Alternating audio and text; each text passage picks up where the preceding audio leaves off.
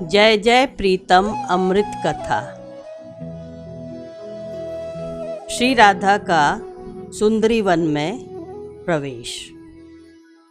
वृषभानु जी व कीर्तिदा को श्री राधा के जन्म से 9 माह व कुछ दिवस पूर्व देवी ने संकेत दिए थे और वृषभानु जी से कहा था कि जब यह कन्या 7 वर्ष की हो जाए और पुष्प चयन करने की इच्छा व्यक्त करे तो समझना यह अब ऐसा खेल खेलेगी कि त्रिभुवन के प्राणियों को पावन पावंतर पावनतम बना देगी।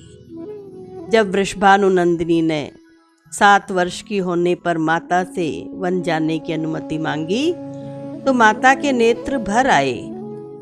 उन्होंने वृषभानु जी को पुत्री की इच्छा बतलाई तो वे तो निहाल हो गए। उन्होंने सहर्ष स्वीकृति दे दी। छंद संख्या 203 से 224 में श्री राधा का वन में पक्षियों के द्वारा स्वागत का विवरण मिलता है। जब वृषभानु नंदिनी सखियों के साथ सुंदरी वन में आई, वहां की शोभा देखने लगी। यद्यपि धरा का आग्रह था कि वह विश्राम कर ले, पर उसे तो वह वन दूर से आकर्षित कर रहा था। वह सीमा के भीतर मेहंदी की झाड़ी से प्रवेश कर गई। तभी खंजन पक्षी के दर्शन हुए और खंजन पक्षी के दर्शन से शुभ संकेत मिले। वह सखी से बोली, अवश्य यहाँ मंगल घटने वाला है। तभी एक कबूतर अभिनंदन करने आया। वह नृत्य दिखाने लगा। पीहू करता हुआ मोर आया, पंखों की छतरी तान ली। एक तोता आया, उसने प्रणाम किया। नीलकंठ गर्दन नीची करके आया। तीतर बटेर की टोली आ गई। वे सभी गोल घूमकर प्रदक्षिणा करने लगे। राजदुलारी हंस हंस कर निहारने लगी। अरे इनको मैं क्या दूं? ये इतना प्यार लिए आए हैं। मेरा तो रोम रोम इन पर न्यौछावर है। मैं इनकी भाषा नहीं जानती। तुम में से कोई जानता हो तो बताओ। तभी एक तोता उड़ करके आया और मानवी भाषा में बोला, हे राजकुमारी, जो कहना चाहो कहो, हम सब सुनकर निहाल हो जाएंगे। यह हमारा वनवास अनादिकाल से है। तुम्हारे सुधामय वचन सुनकर रस सागर उमड़ पड़ेगा। राजदुहिता को बड़ा आश्चर्य हुआ। सहेली से बोली, यह तोता कहीं पाला हुआ लगता है। इस जाति में अनुकरण करने की क्षमता होती है। राजकुमारी को संतोष नहीं हुआ। अरे इसने मेरा परिचय कैसे जाना? तू पता लगा, इसकी यह विद्या स्वभावगत है या रटी हुई है? तभी वह तोता बोला, हे राजकुमारी, हम सब उनके दास दासी हैं जो गौर श्याम तन में रहते हैं। हमें वे जितना पढ़ाते हैं हम उतना सीख लेते हैं। हे देवी, इस वन में तुम्हारा स्वागत है। स्वागत में पलक पावड़े बिछे हैं। हमारे बड़ भाग जो तुम यहाँ पधारी। अब तो राजकुमारी के आश्चर्य की सीमा न रही।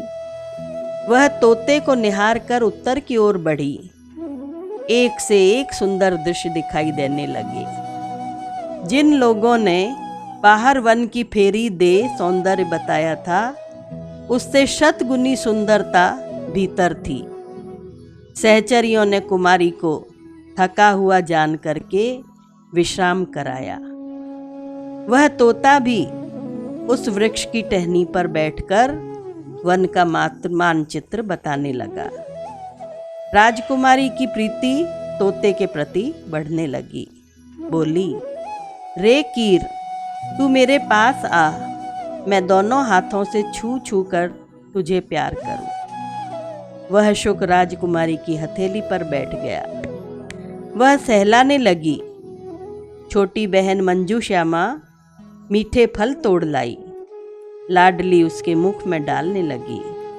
इतना आदर पा करके तोता नम्रता से बोला, हे देवी, चलो इस वन का मैं मार्ग दिखाऊं। मैं कोने कोने से परिचित हूं। तुम मेरी इस नगण्य सेवा को स्वीकार करो। अब तोता दिव्य सरोवर की झांकी का वर्णन करता है।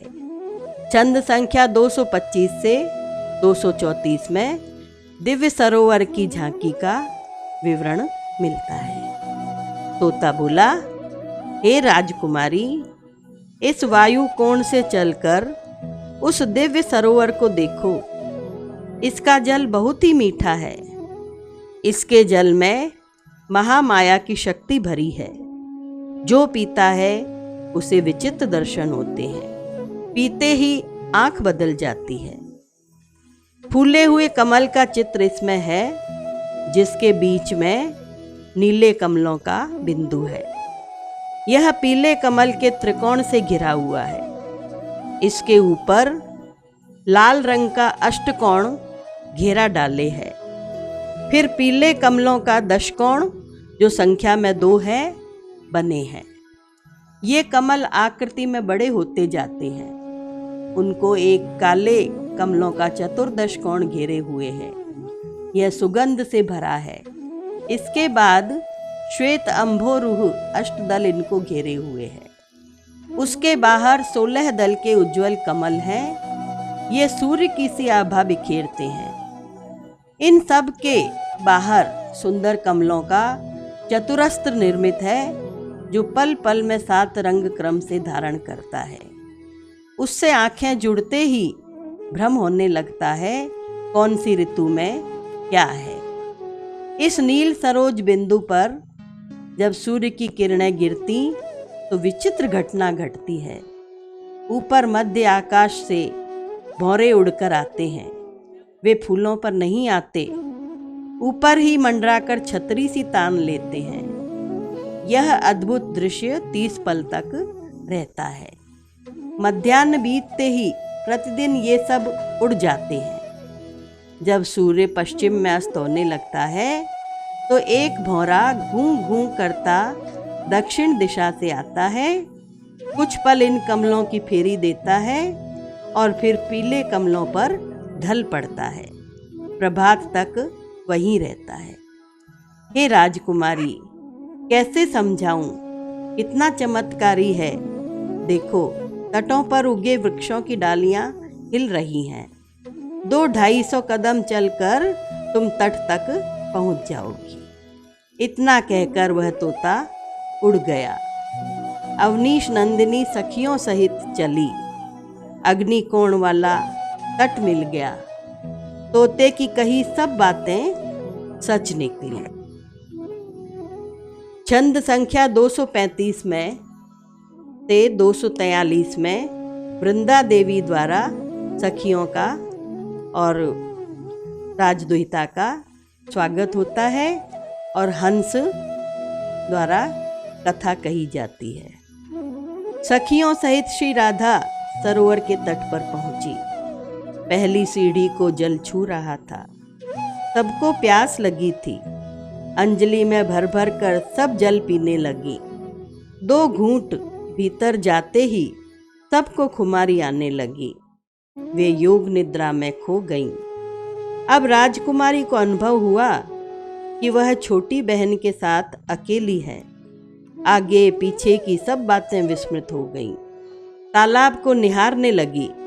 बोली, अरे बहन, पूरे तालाब को देखें। पश्चिम की ओर चली। 20-30 पग पर एक सुंदरी मिली। हे शशिमुखी, तुम मेरे घर चलो। समय अधिक हो गया, भोजन कर लो। मैं इस वन की अधिष्ठात्री की नित्य दासी हूँ। दोनों उस दासी के आकर्षण में फंसकर पश्चिम तट पर स्थित उसके आवास में चली गई। बड़ा सुंदर घर था, लगा मानो अपना ही घर हो। छोटी बहन घर के पालित पक्षियों के साथ खेलने लगी। बड़ी सोचने लगी, इस घर में पहले भी आई तो हूं मैं। उन्हें अपने स्वरूप का भान होने लगा। तभी सुनाई दिया, हे वन की स्वामिनी, तुम्हारी सदा जय हो। वे जो सच्चिदानंदमय है, उनका यह वास स्थल है। वे स्वामिनी इसको, मुझे व स्वयं को भूल रही हैं। यह सुनकर लगा चिर परिचित स्वर है। राजकुमारी अचकचा गई। देखा सामने हंस हंसनी से झूम कर कह रहा था, हे प्रीतमे सुनो, मैं तुम्हें कथा कहता हूँ। ये हंस हंसनी भी राधा माधव के ही प्रतीक हैं, उनकी श्वास से ही निकले हैं। अगले भाग में हंस और हंसनी की गूढ़ वार्ता बताई जाएगी। राधे राधे, राधे राधे, राधे राधे।